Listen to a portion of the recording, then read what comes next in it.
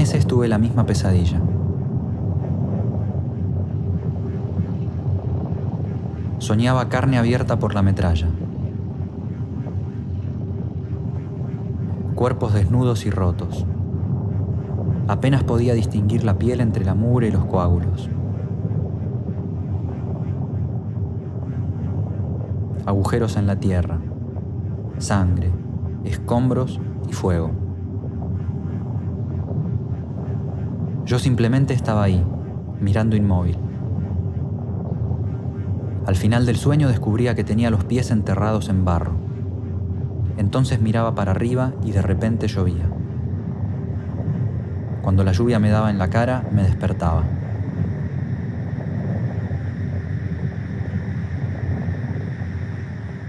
Nunca estuve en una guerra ni nada parecido.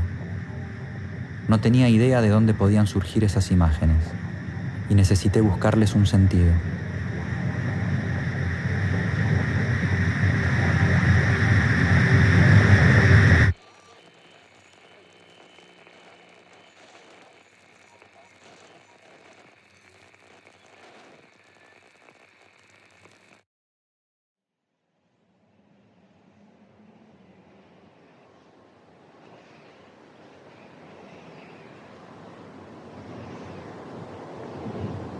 Una noche después de tener la pesadilla, recordé un dato que hasta ese momento me había parecido natural.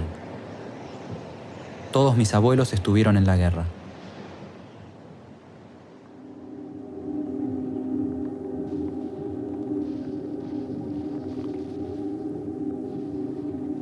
Pasquale, mi abuelo paterno, llegó al frente de la Primera Guerra Mundial junto con un amigo a los 18 años. La primera noche en la trinchera, una bomba destrozó a su amigo y mi abuelo juntó los pedazos. Más tarde se unió a una división que recogía a los heridos después de las batallas. Después de la guerra se casó con mi abuela Palmina. Emigraron a la Argentina y tuvieron 3 hijos.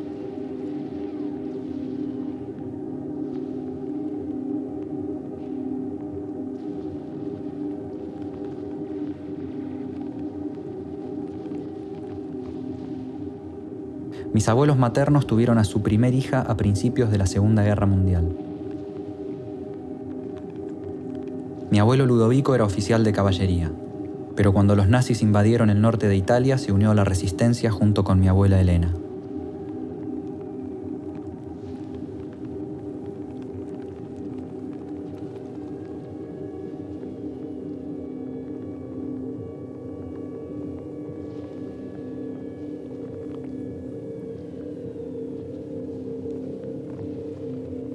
En marzo de 1945, durante un bombardeo aéreo, nació mi mamá.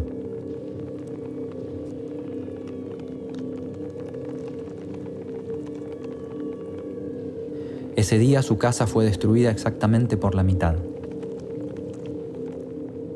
Mi tía todavía recuerda vidrios explotando, caños rotos que forman cataratas en las escaleras, y la cara ensangrentada de su abuela que la lleva en brazos al refugio.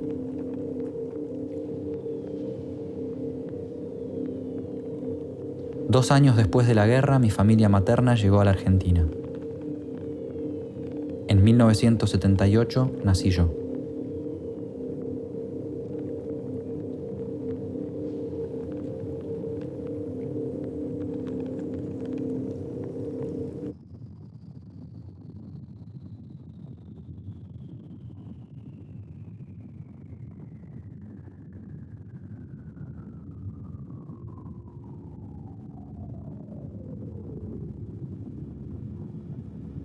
Cuando era chico, en mi casa se hablaba italiano y mi mamá me cantaba canciones de soldados. Supe de las guerras en Europa mucho antes que de la historia argentina. La historia de mi familia y la de mi país eran como líneas paralelas. Pero llegó un momento en que esas líneas empezaron a unirse. Fue cuando me enteré que Buenos Aires también fue bombardeada. Fue un shock. No podía creer que se hubiera bombardeado la ciudad donde vivo.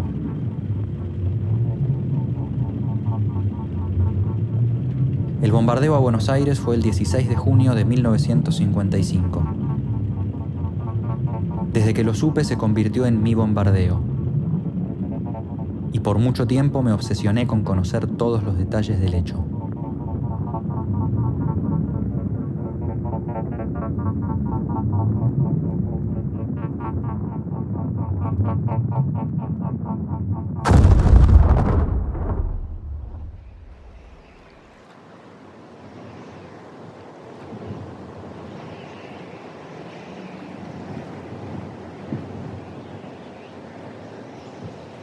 Se me ocurrió que indagar en esa obsesión con los bombardeos del 55 podía ser un camino para tratar de entender esa pesadilla que se repetía.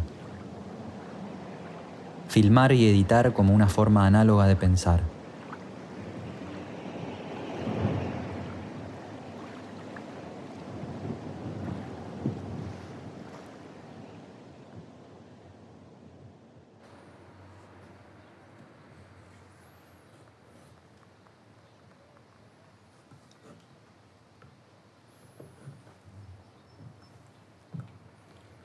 Lea, tráeme un destornillador, por favor.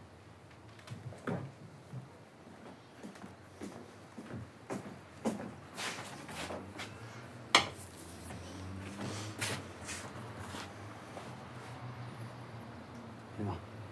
¿Toda? Sí, sí, sí, un momento. Es un montón, Maña. No, está bien. A ver. Charlando con unos amigos artistas, surgió la idea de hacer una obra basada en los bombardeos del 55. Empecé a filmar su proceso creativo buscando contar desde la actualidad los bombardeos y al mismo tiempo encontrarle un sentido a mi sueño. Pero los cables tenían que ir uno de cada lado, no me acuerdo. Bueno, pero se Ahora puede. vemos cuál es izquierda y derecha, no importa. La primera vez que grabé con ellos, me contaron que querían que la obra fuese exclusivamente sonora. Armaron una cabeza con un sistema auditivo para grabar sonido binaural y reproducir la escucha humana. La cabeza tenía un cerebro de polenta y se llamaba Oscar. Ruido rosa es, ¿no? Sí.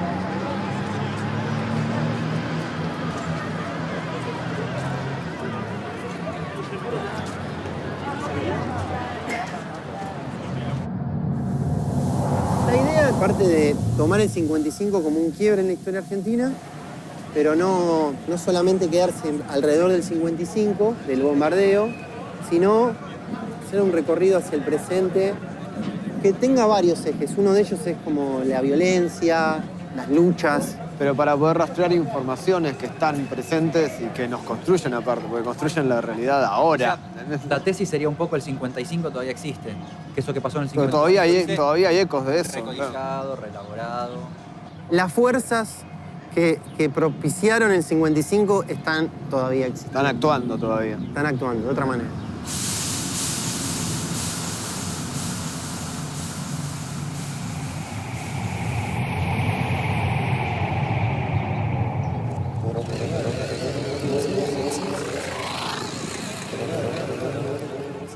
Pensábamos como en un personaje fantasmal que vaya narrando todo. Un fantasma que va en esa línea de colectivo y va como reconstruyendo los datos, ¿no? Va leyendo los datos para el espectador imaginario, nuestro, el espectador ideal. Después hay algo que es importante también en la obra, que va a estar en una página, vos te la vas a descargar libre, te la vas a subir a tu dispositivo. Va a estar la información ahí para hacer este recorrido que existe, que es la línea del 64, de tal punto a tal punto, y bueno, y operar tu propia obra, ¿no? Una de las cosas que pensamos también era desdoblar, por ejemplo, los sonidos. Cuando vos estés ahí escuchando, vas a estar escuchando los sonidos reales del bombo. Va a haber grabaciones también de campo. poner en el audio grabación de campo de esos mismos sonidos. Entonces, a veces el sonido de la puerta, a veces el sonido de la puerta y a veces el sonido de la puerta está grabado. Entonces la puerta no se abre, pero la puerta se abre. Crear como un desdoblamiento de lo real y de lo que estás escuchando. Claro, ese es como un efecto de distanciamiento que te hace reconocer que ese sonido, esa cosa naturalizada la tenés incorporada, el sonido del bondi lo tenés incorporado, pero cuando lo distanciás, digo, no sé, lo inventó Brejes hace mucho, lo notás.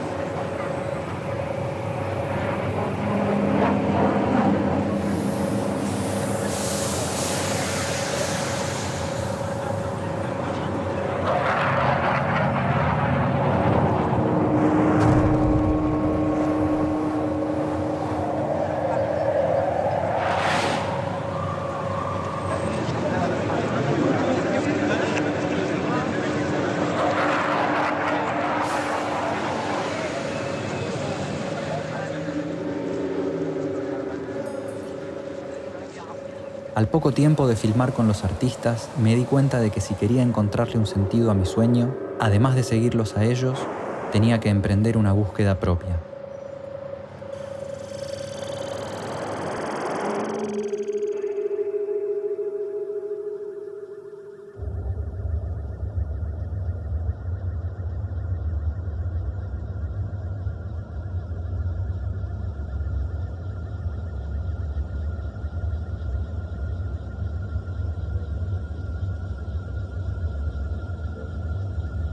Lo primero que hice fue buscar imágenes.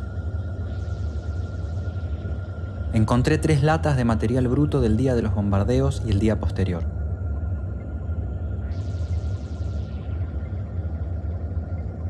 Pasé una tarde entera sin poder parar de mirarlas.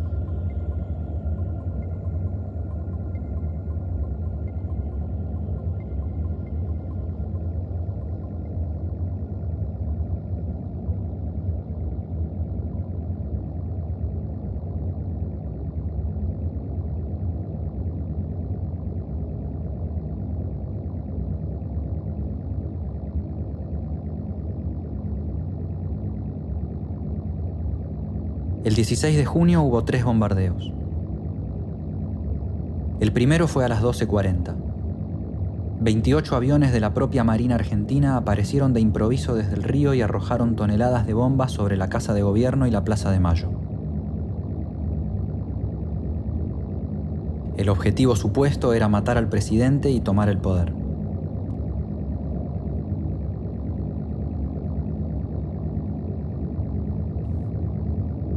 Se alertó a la Fuerza Aérea para la defensa y una escuadrilla de cazas salió a interceptar a los bombarderos. Hubo algunas batallas aéreas y aviones derribados. Los heridos y los muertos eran decenas, pero no había tiempo de contarlos. Gente en sus propios autos ayudaba a trasladarlos a los hospitales.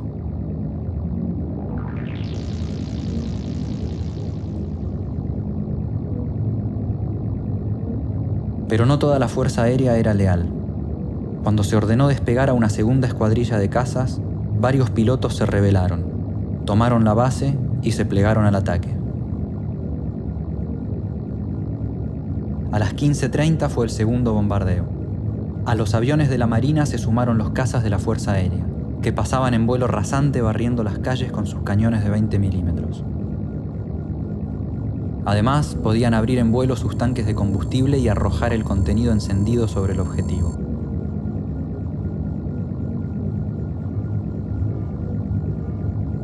Ahí fue cuando empezaron a aparecer los muertos carbonizados.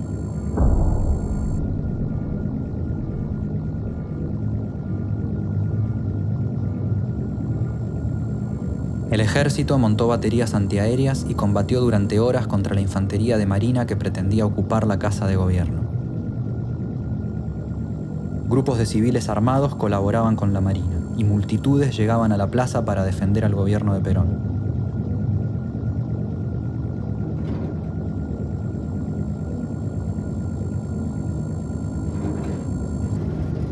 Las camas de los hospitales se agotaban. La morgue del hospital Argerich ya no daba abasto y los cadáveres se alineaban en el suelo.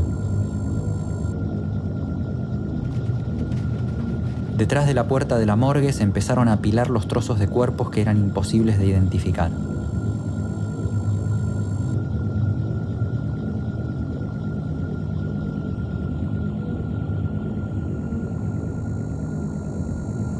El tercer bombardeo fue a las 17:40.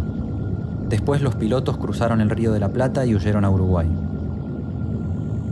La infantería de Marina se rindió y el golpe de Estado por el momento fracasó.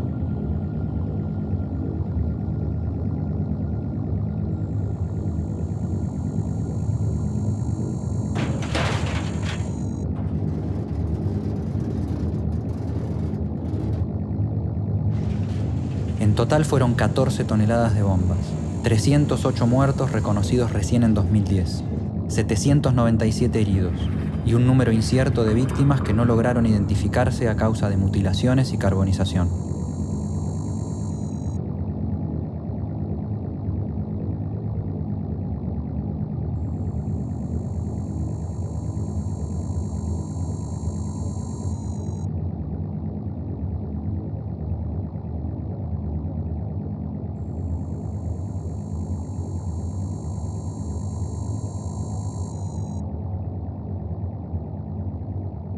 Mientras miraba la lata del día siguiente de los bombardeos, la imagen cambió abruptamente. Y apareció un material totalmente inesperado, copiado por una mano anónima en el mismo rollo.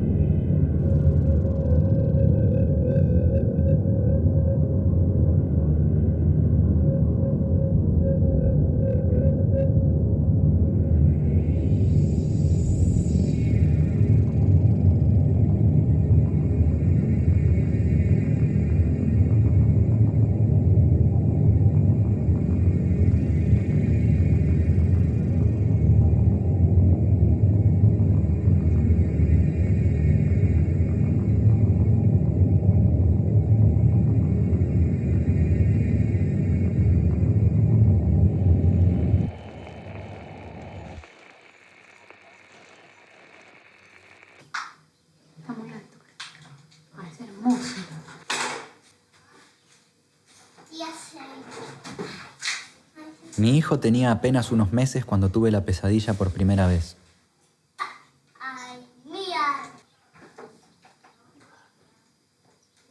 Empecé a preguntarme con qué soñaría él. ¿Cuánto es propio y cuánto se transmite?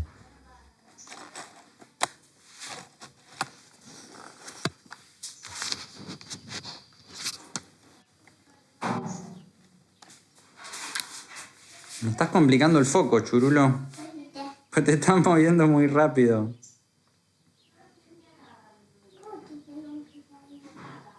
Porque tenía que poner en foco la cámara y como si te mueves muy rápido, no puedo poner el foco en vos. Tan rápido.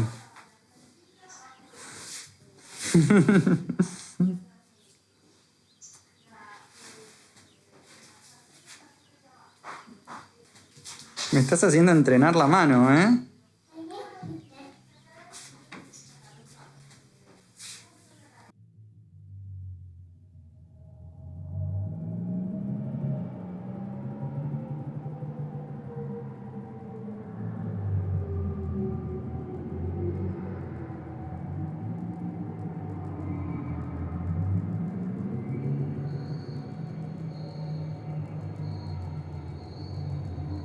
Me enteré que en el Parque de la Memoria había una muestra de pintura sobre los bombardeos del 55 y fui a visitarla.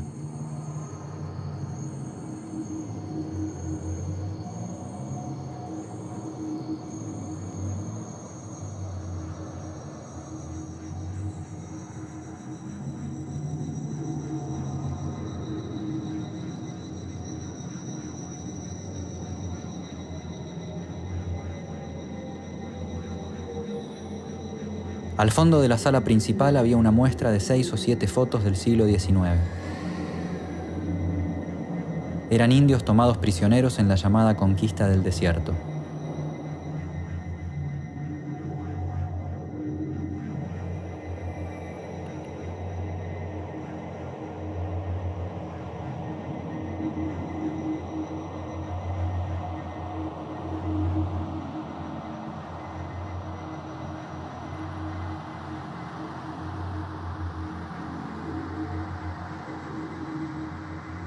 En la última foto se veían sus cráneos en las vitrinas del Museo de Ciencias Naturales de La Plata, junto a esqueletos de monos, ballenas y dinosaurios.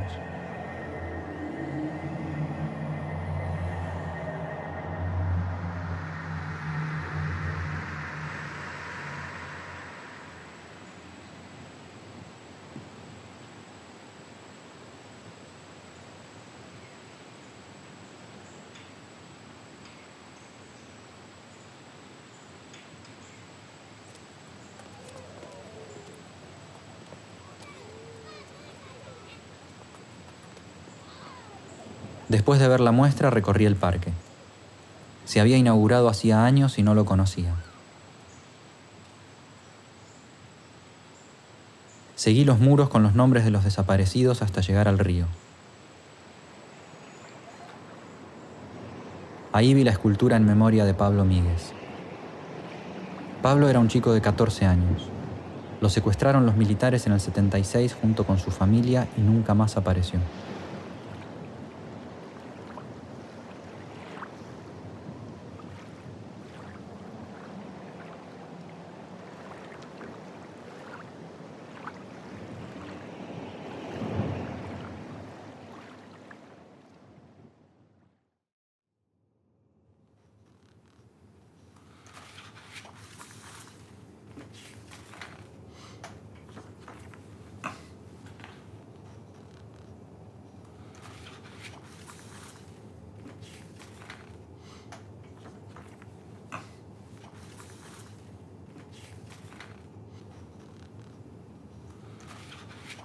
¿Qué tirada tuvo el ejemplar?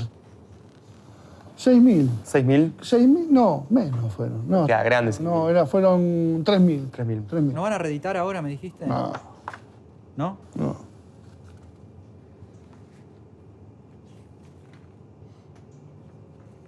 El libro surge cuando yo estaba cursando una maestría y como parte del trabajo de la tesis de esa maestría, yo ya tenía definido hacer una investigación periodística sobre la gestación y el desarrollo del bombardeo del junio del 55. ¿Y la inquietud sobre el tema? ¿Cómo? La inquietud, bueno, yo vengo del peronismo, era un tema que era bastante conocido, pero conocido en términos, en los trazos gruesos, digamos, ¿no? Es decir, conocido un poco en el contexto en el que se dio, el contexto político, pero no conocía absolutamente ningún detalle. ¿Ni vos ni tus compañeros? No, no, no. ¿Y por qué pensás que no sabías nada? Porque no sabía nada.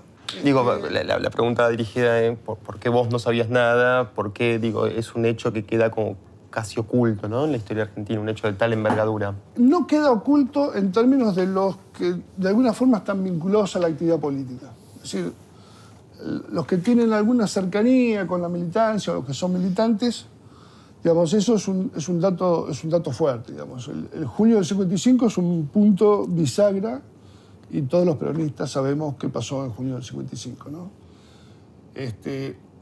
Ahora, cuando uno sale de fuera, sale del clima o del mundillo de la militancia, entonces ahí ya empiezan a difuminarse las cosas.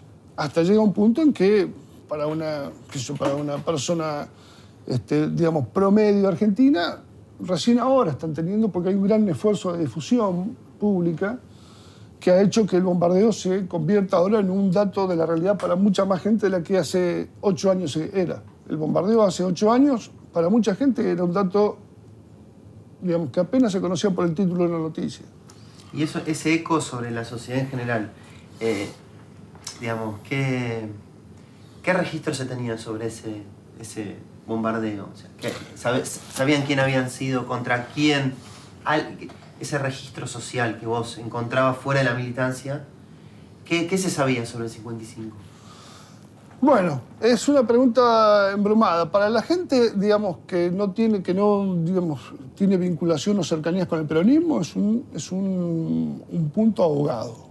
Un punto ahogado es un punto cubierto, una fecha que transmutó más por la quema de las iglesias que por el bombardeo en sí.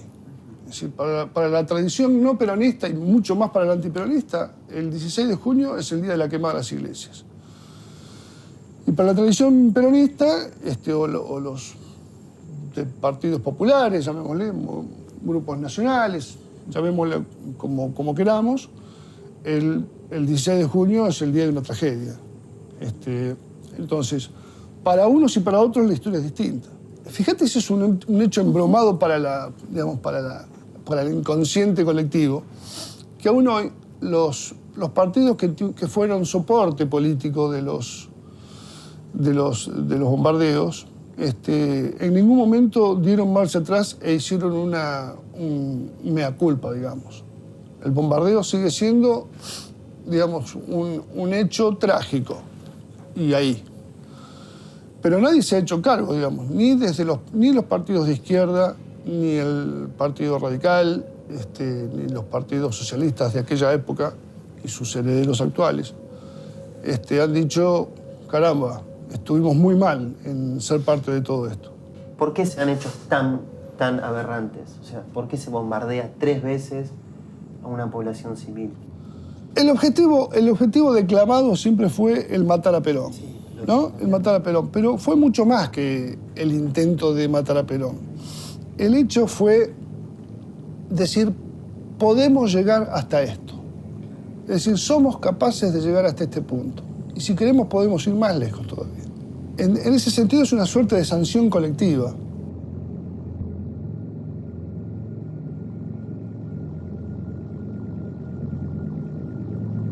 Busqué teorías sobre los bombardeos aéreos. Encontré un apunte de la Fuerza Aérea Norteamericana y lo transcribí. Los pioneros del poder aéreo hacían hincapié en los potentes efectos psicológicos del bombardeo aéreo sobre la voluntad de resistencia de los civiles enemigos. Obviamente, si el bombardeo aéreo ha de inducir a la población civil a rebelarse contra el gobierno, la ferocidad y la fuerza destructiva de los ataques deberá superar lo previsto. Surge entonces el problema de determinar qué es lo que prevé la población enemiga.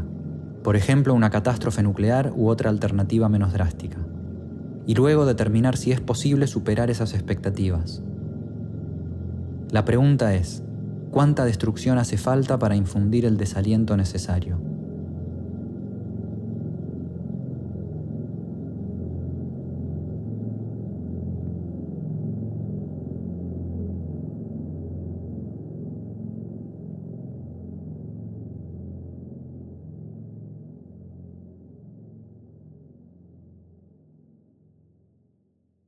En junio de 2015 se cumplieron 60 años de los bombardeos. No hubo ningún acto masivo que lo recordase. A través de un artículo en un diario logré rastrear a Héctor, soldado conscripto en 1955. Le tocó defender el Ministerio de Guerra, donde se refugió Perón el día de los bombardeos.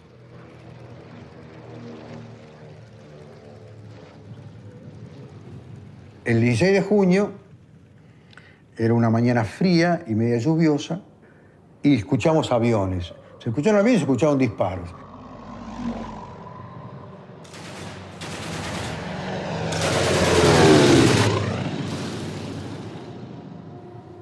Y nos encontramos de golpe arriba de un camión con aviones que sobrevuelan el camión, disparando, enterándonos que están atacando el ministerio. Nos encontramos que ahora las balas son verdaderas, pegaban las balas y no sabías de dónde venían, y había que entrar a un ministerio con el riesgo que te mataran en ese recorrido. Esta es la ventana. Escritorio contra la pared. Colchones.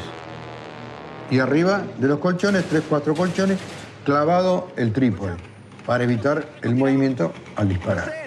Los gritos de la calle subían, la gente gritaba, los aviones zumbaban, el ruido de los aviones, las bombas que explotaban, los tiros que había, los disparos nuestros, el olor a pólvora adentro. Los aviones pasaban, iban, venían del este a oeste, venían del mar, del río de la Plata, y le tiraban a la gente. Viene para acá, van a tirar, guarda.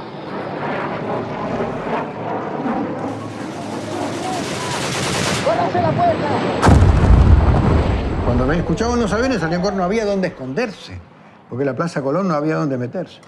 Corrían y los barrían con la ametralladora, con esos tremendos proyectiles que se veían zumbar en la oscuridad de la tarde, porque siempre estuvo nublado.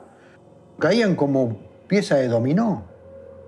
Eso era lo que hizo la Marina. En determinado momento arrojaban como un combustible de los aviones sobre la gente que corría. Querosén, no sé qué era que tiraban. Era como si fueran, como lo vimos en la guerra de Vietnam que tiran en Nepal, tiraban ese combustible encendido, que se encendía, qué sé yo cómo, sobre la gente que corría. Yo tenía esa visión acotada, pero no tanto, porque veía el tercer piso del ministerio, veía toda esa zona. Y además, gente, enfermeros, médicos, que fue una cosa muy loable, levantando víctimas, en como unos móviles con las partes de atrás abiertas o las puertas abiertas, levantando heridos y metiéndolos en los camiones, con gran riesgo porque les tiraban a ellos. También les tiraban a ellos.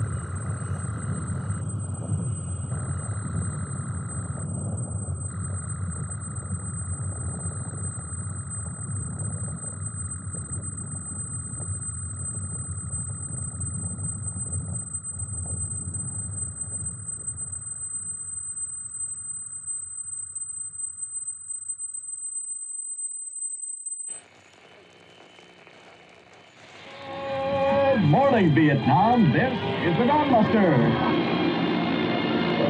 Okay, we're inbound to the target now. We're down in Four Corps. We'll be approximately about 35 miles south of Can Tho, down near Cà Mau in the southern Cà Mau Peninsula of South Vietnam. And we're going to make a strike of 4 Sky Raiders. Each aircraft, we carry normally 6,000 pounds of bombs, and it's absolutely outstanding. Today you will see bombs and napalm, and then 2 of our aircraft, lead and number 2, are carrying bombs. We'll have 500-pound bombs and 250-pound general-purpose bombs, and 3 and 4 will have napalm, so it should be fairly exciting. We should see a little ground fire and a lot of napalm burning and maybe even some Victor Charlie. Okay, his bomb there, Simcoff. Okay, they should hit now. Okay, look out to the right now. Okay, right down there. Okay, napalm now. There it goes. Ah, look at it burn. Look at it burn.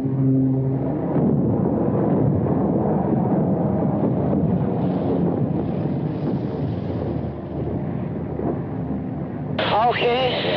See, I'm going very low now to avoid the gunfire.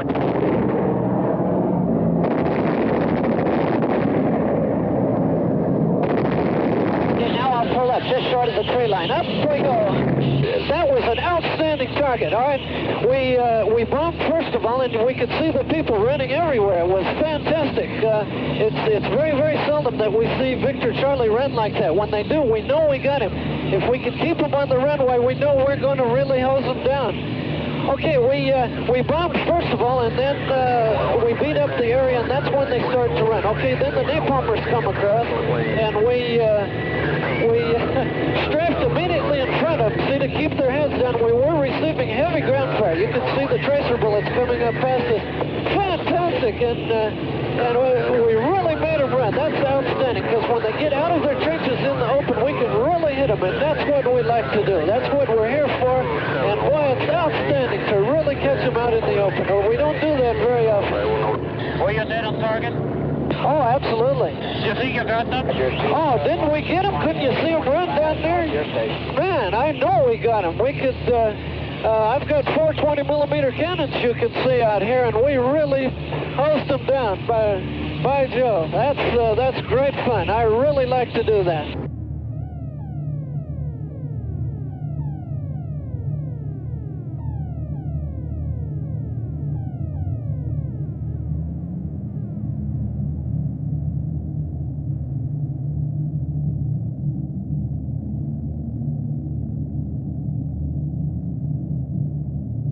Una mañana, después de tener otra vez la pesadilla, busqué compulsivamente fotos de muertos por internet.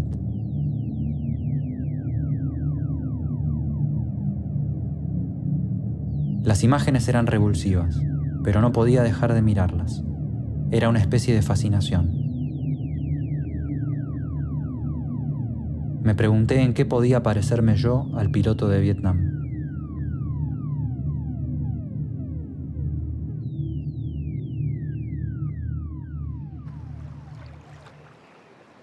Así encontré fotos de una historia que conocía pero de la que nunca había visto imágenes. Entre el 76 y el 79 el Río de la Plata deja cadáveres maniatados en las costas uruguayas. Un perito los fotografía, se elaboran informes y se elevan a un juez de instrucción.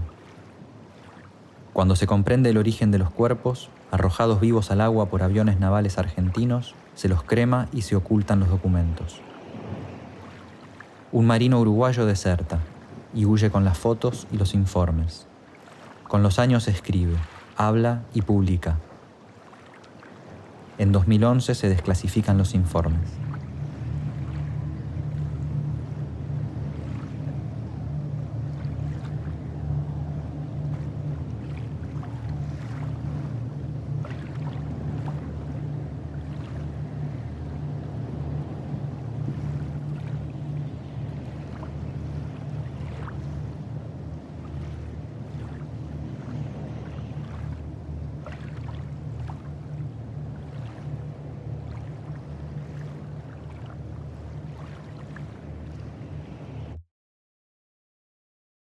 Te actualizamos un poco lo que hablamos la otra vez. Fuimos a redefinir el recorrido. Y la idea es bajarse en Congreso. La idea es bajarse en Congreso o ¿Y ahí por termina ahí. el recorrido o pasa algo más? ¿O no saben? Mira, podríamos pensar que hay 3 escenas. Una previa, una segunda que es en movimiento, todo con audio, ¿no? Yo hice una lista tentativa, ¿sí? O sea, una lista de hechos que creo yo podrían ser o podrían servir como mojones, digamos, ¿no? De un recorrido de la historia argentina. Se me ocurrieron 40, digo. Que hay algunos que son como más, si se quiere... ¿Efemérides? No, todas en cualquier caso son efemérides. Hay algunas que son un poco más conocidas, otras que no. Enfrentamientos al interior del ejército, los azules y los colorados. Asesinato de Felipe Vallese. Manifestación contra la invasión de Estados Unidos a la República Dominicana en el 65. El golpe de estado de Onganía y como hecho, digamos, central la noche de los bastones largos. Surgimiento de las organizaciones armadas, Cordobazo, masacre de Trelew en el 72, el de Botazo. Y sobre todo pensando cuál fue el rol de nuestro movimiento popular, nuestras izquierdas, durante la década del 60, la del 70, ¿no? O sea, si se puede hacer una reivindicación o no de esa violencia. Parece que esa es una cuestión que hay que permitirse pensar, ¿no? O sea, si la violencia de los de abajo es una violencia más legítima que una violencia institucional. Parece que es una cuestión difícil, es una cuestión que seguramente abre muchas heridas, pero es una pregunta que hay que hacerse.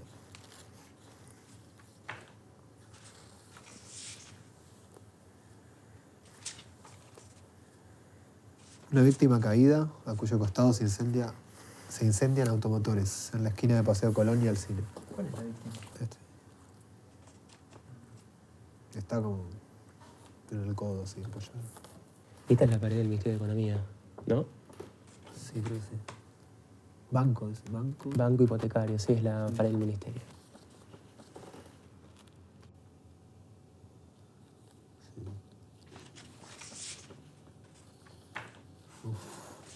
Ya están los agujeros, ¿no?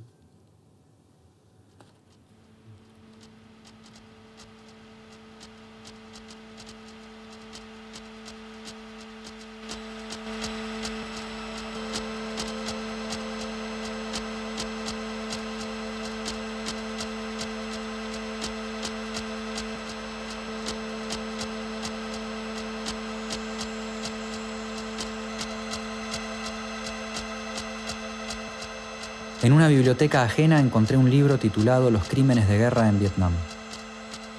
Tomé nota de un párrafo. Hubo varios casos en que los pilotos arrojaron deliberadamente las bombas sobre campos deshabitados u orientaron premeditadamente el fuego naval en dirección contraria a las aldeas civiles.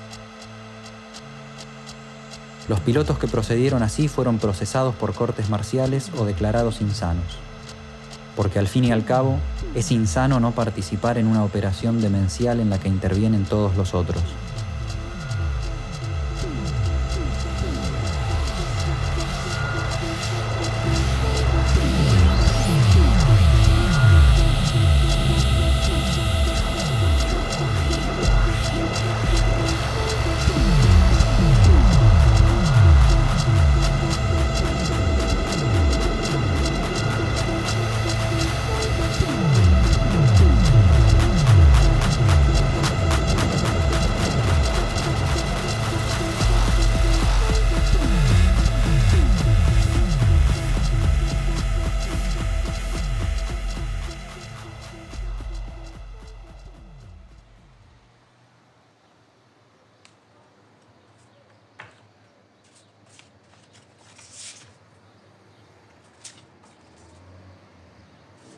Hace poco se vendió la casa de mi abuelo Pascuale y tuvimos que vaciarla.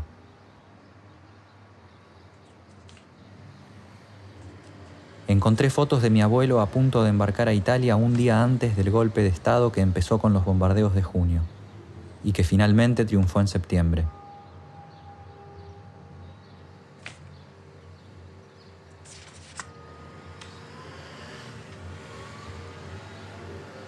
Fotos de soldado en la Primera Guerra Mundial.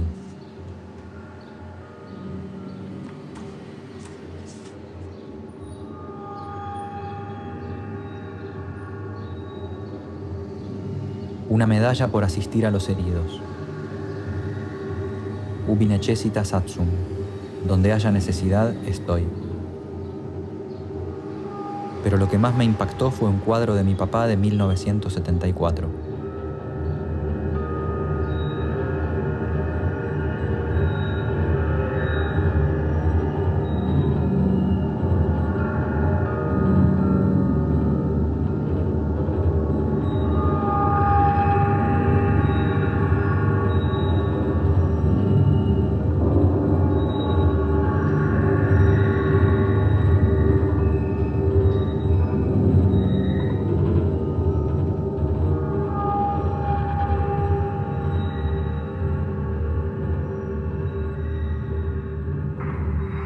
The seventh angel poured out his vial into the air, and there came a great voice out of the temple of heaven, from the throne, saying, "It is done."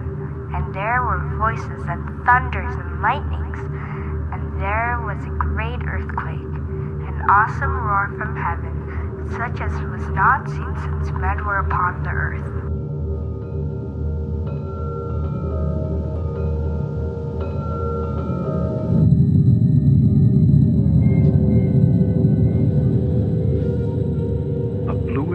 Light illuminated the entire sky all around. A giant ball of fire rose as though from the bowels of the earth, belching purple fire 10,000 feet high. It shot skyward, becoming alive as it climbed. It was no longer smoke or dust or even a cloud of fire. It was a living thing, a new species of being, born right before our eyes, constantly carving itself into grotesque masks that grimaced at the earth.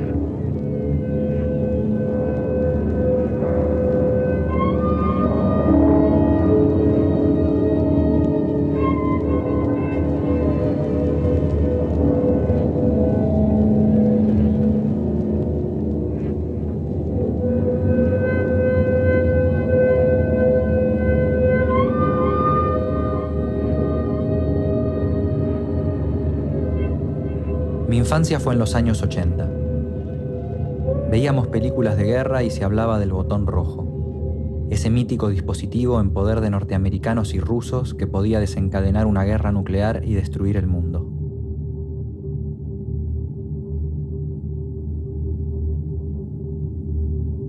Un día jugábamos a la guerra en la calle con varios amigos. En la misma cuadra vivía el abuelo de uno de ellos, que era italiano y había estado en la guerra. Cuando nos vio con nuestras armas de plástico, nos reunió a todos y nos dijo que no teníamos que jugar con armas, que no teníamos ni idea de las cosas horrendas que hace la gente en la guerra de verdad. Me quedó grabada su cara de dolor. Nosotros lo mirábamos anonadados. Lo que el abuelo decía no se parecía en nada a lo que estábamos jugando.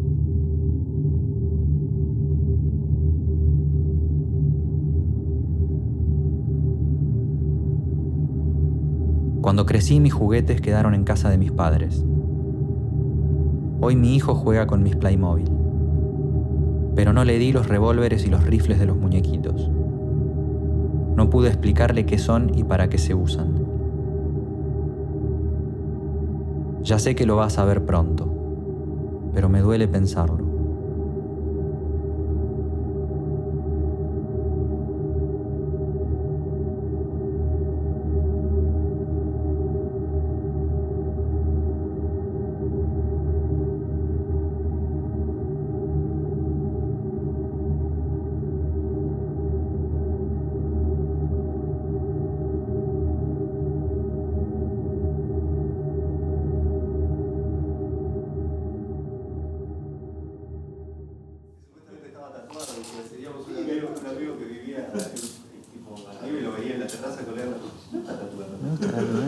Me gusta cómo va la cosa esa. El bicharraco ese. Había una página donde veía una foto de él desnudo con todos sus tatuajes. O tal vez el mentiroso era nuestro amigo, pero bueno. Te invitamos para ser una de las voces de este recorrido sonoro que va a empezar en La Boca y va a terminar en Congreso. Específicamente pensamos como en una de las voces que se escuche dentro del colectivo. Entonces, este fragmento de texto que te trajimos es como un boceto y sos algo así como la voz que está en el colectivo. Graba. Soy el que maneja, pero mi no cuerpo se mueve por cada rincón del colectivo y así soy parado, seriado, sentado, toco el timbre, bajo, subo, me siento, me sostengo de los tubos amarillos que son curvos y se conectan con las paredes y el techo. ¿Los ves? Sigue ese recorrido con los ojos para poder decirte que soy un cuerpo colectivo, que soy todas las mentes que van en dirección Plaza de Mayo, que soy un ser acronológico, fuera de un único tiempo, vestido quién sabe cómo. Estoy ayer y hoy y mañana también. La plaza parece siempre igual a su pasado, cuando la vemos en un presente tranquilo. Pero no. Ahí, invisibles pero inscriptas, están todas sus heridas, o huellas, o marcas, o recuerdos, o traumas, o conquistas, o muertos, o vivos. ¿Les puedo decir algo? Sí. Sobre el texto. Sí. Una opinión. Sí. No me la pidieron, pero sí. la digo igual. Me parece que es muy genérico. Yo, si hubiera vivido ahí, si yo soy realmente el espíritu que está ahí, tendría como recuerdos muy concretos, muy específicos. Acá me cayó un ladrillo en la cabeza. Claro. Acá desaparecieron a mi primo. Está Juancito. Que, como más cercano a... Claro, que le agregás una información emotiva más o en primera informativa persona a la persona que está ahí. Es una información que no la puede tener. Yo, por ejemplo, del bombardeo me acuerdo, ¿sabés de qué? Una cosa absurda. De un compañero del colegio llamado Norberto Valer, que yo iba a jugar a la casa y vivía en Perú al 500. ¿Entendés? Entonces yo tuve que pasar por la plaza y vi todo ese desastre 2 días después. ¿Y lo que escuchabas desde tu casa? Las bombas. Los aviones, las bombas. Yo vivía a 15 cuadras. Vivía en Suipacha y Paraguay. Ahí nomás. Y... Claro, una cantidad de sonidos también infrecuentes. Absolutamente. ¿Y cómo eran esos sonidos?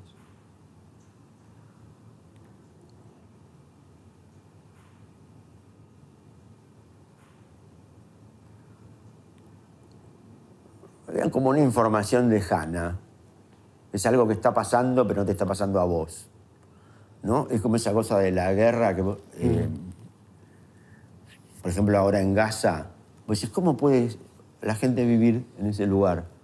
Y sí, por ahí vas a 4 cuadras de donde tiraron un edificio entero y está la gente jugando al sheshbesh o vendiendo cosas, los chicos jugando al fútbol en la calle.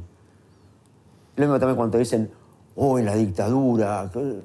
Bueno, la dictadura era horrorosa, pero la vida seguía. Veías, cambiaba quizás un estado de ánimo general, era como más deprimido, más asustadizo, ¿no? Pero después las cosas seguían sucediendo, ¿no? 15 cuadras es un montón en una situación así. No te toca. Siempre las cosas, mira, las cosas que te tocan son las que te tocan realmente. Cuando le pasa a alguien de tu familia, a un amigo, ¿no? Eso como el HIV no se convirtió en algo real hasta que la gente no tenía un amigo que se murió.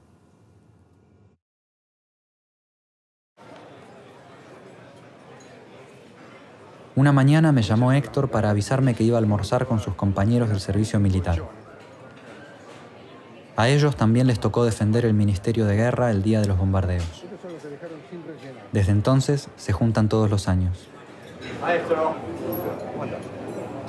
Antonito, tu Firme Rivarola y Colón.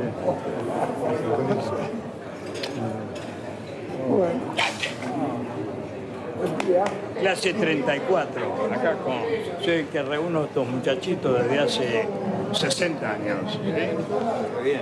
Ha pasado el tiempo. Por ahí está. Todavía vivitos y coleando, ¿eh? Bueno. festejar otro encuentro histórico con los compañeros del servicio militar. Cambio y fuera. ¿Habías venido antes? ¿Una vez? Sí, al principio sí. Al principio sí. Al principio éramos jóvenes. Éramos jóvenes, cuando éramos jóvenes. Éramos nenes. Yo hace más o menos 30, 35 años que yo vine acá. Te dije a vos. Me lo había dedicado y todo. Inclusive yo lo llevo. ¿Sabes cuánto vale la 65. Una nueva dedicatoria a un compañero que... Pero no te trajo la... Para un ejemplar del libro. Me pediste. No,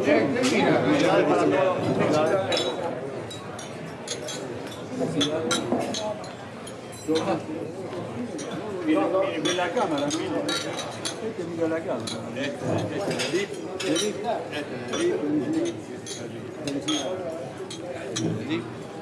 Chapino, este es el mío, este es el mío.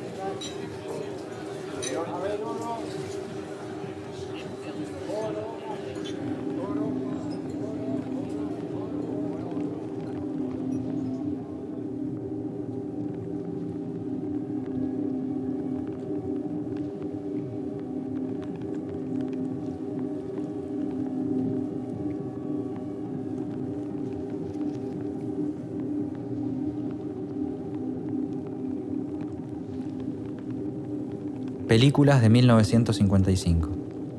Ensayo de un crimen, Buñuel. Tierra de faraones, Howard Hawks. Rebelde sin causa, Nicholas Ray. Atrapar al ladrón, Hitchcock. Raíces en el fango, Orson Welles. Il bidone, Fellini. Sonrisas de una noche de verano, Bergman. Stella, Michael Kakoyanis. La novia del monstruo, Ed Wood. Generación, Andrei Bajda. Noche y niebla, Alain Resnais. Au moment où je vous parle, l'eau froide des marais d'Herbine remplit le creux des charniers. Une eau froide et opaque comme notre mauvaise mémoire. La guerre s'est assoupie. Un œil toujours ouvert.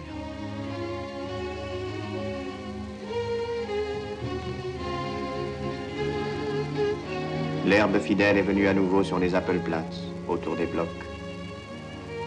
Un village abandonné, encore plein de menaces.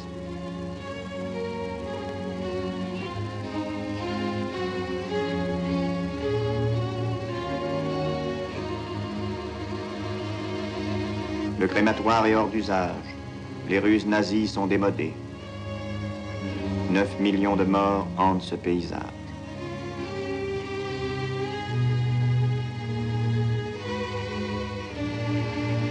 Qui de nous veille de cet étrange observatoire pour nous avertir de l'avenue des nouveaux bourreaux? Ont-ils vraiment un autre visage que le nôtre? Quelque part parmi nous, il reste des capots chanceux, des chefs récupérés, des dénonciateurs inconnus. Il y a tous ceux qui n'y croyaient pas, ou seulement de temps en temps. Il y a nous qui regardons sincèrement ces ruines, comme si le vieux monstre concentrationnaire était mort sous les décombres. Qui feignons de reprendre espoir devant cette image qui s'éloigne, comme si on guérissait de la peste concentrationnaire. Nous qui feignons de croire que tout cela est d'un seul temps et d'un seul pays, et qui ne pensons pas à regarder autour de nous, et qui n'entendons pas qu'on crie sans fin.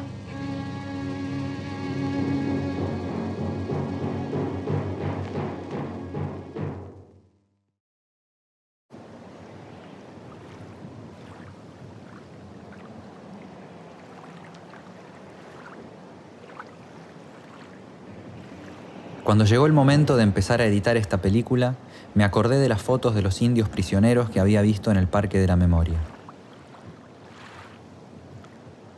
Tal vez para demorar un poco más, seguí esa pista. Me enteré que se los trasladaba a campos de concentración y que uno de esos campos estuvo en una isla en medio del Río de la Plata. Sabía que antes de bombardear Buenos Aires, los aviones se habían ocultado sobre la costa uruguaya y después habían cruzado el río sobrevolando esa isla de este a oeste. De a poco me fue ganando la idea de que tenía que conocerla, como si ahí hubiese alguna respuesta oculta.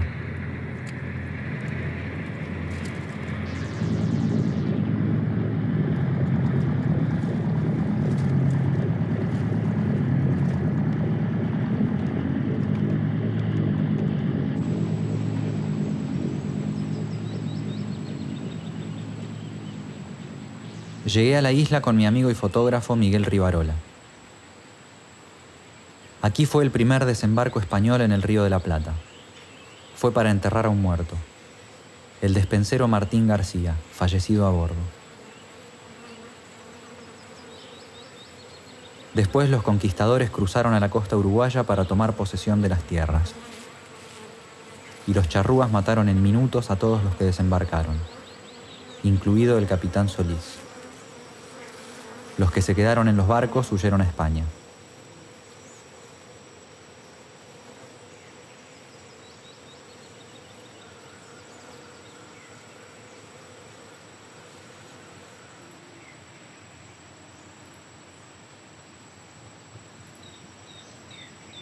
Después la isla fue cárcel, lugar de cuarentena para inmigrantes enfermos, base militar y sitio de destierro de presidentes depuestos. 10 años antes de los bombardeos se intentó aislar aquí a Perón. Después fue electo presidente.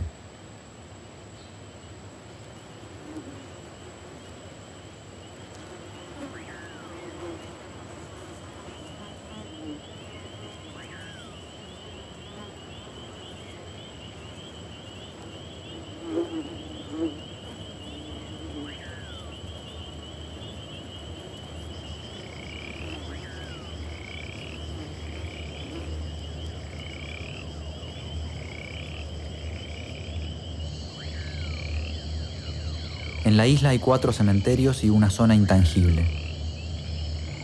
Así se llaman los terrenos al otro lado de la pista del aeródromo. Una reserva natural que nadie puede pisar. Me dijeron que ahí está el antiguo cementerio indio.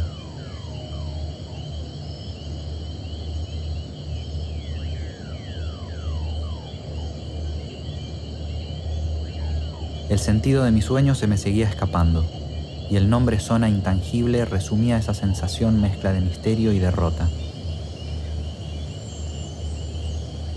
En un almuerzo Miguel me mostró el libro que estaba leyendo, Encuentro con la sombra. Empezaba con citas. El mal de nuestro tiempo consiste en la pérdida de la conciencia del mal. Todo lo que reprimimos nos debilita hasta el momento en que descubrimos que también constituía una parte de nosotros mismos. Si todo fuera tan sencillo, si en algún lugar existieran personas acechando para perpetrar iniquidades, bastaría con separarlas del resto de nosotros y destruirlas. Pero la línea que divide el bien del mal pasa por el centro mismo del corazón de todo ser humano. ¿Y quién está dispuesto a destruir un solo fragmento de su propio corazón?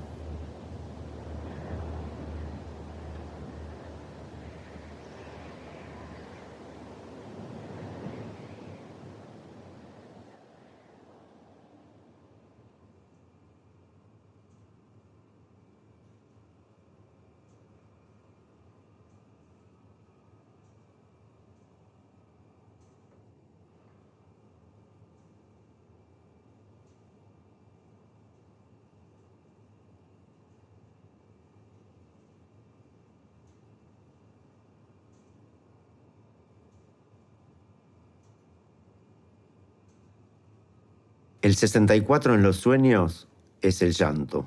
Composición en blanco, negro y grises, como el registro fílmico que vemos del bombardeo a Buenos Aires. ¿Buscar un asiento o quedarme parado? El piso de colectivo es de goma. Me quedo acá. No quiero ser pasajera de una historieta. Tu parte inmigrante se olvida de los inmigrantes. El Argerich a la derecha. Hace 60 años que estoy muerta. Una de las primeras bombas me hizo de 3 partes. Estaba saliendo de la boca del subte A, en Plaza de Mayo. Me parecía esa joven que está ahí, ahora en la calle. A la derecha, el Ministerio de Defensa, antes llamado Ministerio de Guerra. Ahí se refugió Perón la mañana del bombardeo. Moreno dice que Palacio le dijo: pensaba tirar el tanque sobre la casa de gobierno. El queroseno, al ser arrojado a alta velocidad, forzosamente tenía que explotar al gasificarse con la caída. Hice el cálculo de pegar en el centro del edificio, pero no se trataba de una bomba con perfil aerodinámico, y cayó dando vueltas cuando tiré de la palanca para soltarla. Entramos a la plaza. Subimos la barranca. Silencio, por favor. El giro de las hélices te acompañarán el resto de tu vida, cuando toques el botón del inodoro, se vaya el agua de la ducha o la juguera exprima fruta, y al revolver el café, que la leche siempre se te pudra. Las canciones prohibidas. 1969. Yo te amo, pero no mucho. 1970. Yo te amo, yo tampoco. Tu cuerpo. El cóndor vuelve. No me toquen el instrumento. Amor libre. Nuestro pueblo. No, no, no. Me gusta ese tajo. Nunca te acostumbres. ¿A qué? A que nos bombardearon. Ese auto hubiera explotado y sus vidrios hubieran salido en pedazos y la chapa se hubiera retorcido por el fuego de las bombas incendiarias. Los de adentro ni te cuento. Y todos nosotros hubiéramos estado desconcertados, gritando, seguro llorando, seguro otro tanto corriendo, seguro tratando de salir del colectivo inseguro para mirar al cielo y gritar: la concha de Dios y de tu Cristo Rey.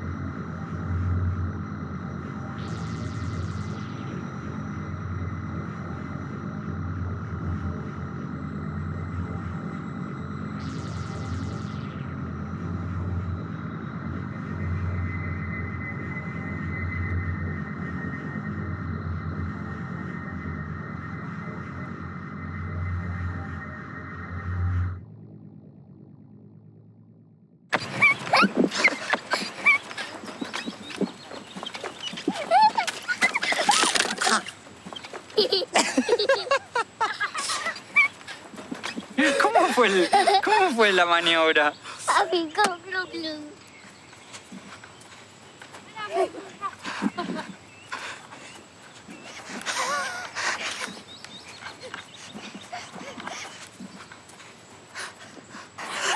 Mientras hacía esta película, se hizo habitual en mi familia venir a pasar tardes a la orilla del río en el Parque de la Memoria.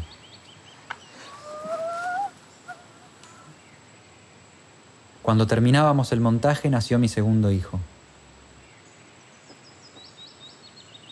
La pesadilla se hizo cada vez menos frecuente hasta que dejé de soñarla. Tal vez porque se transformó en esta película.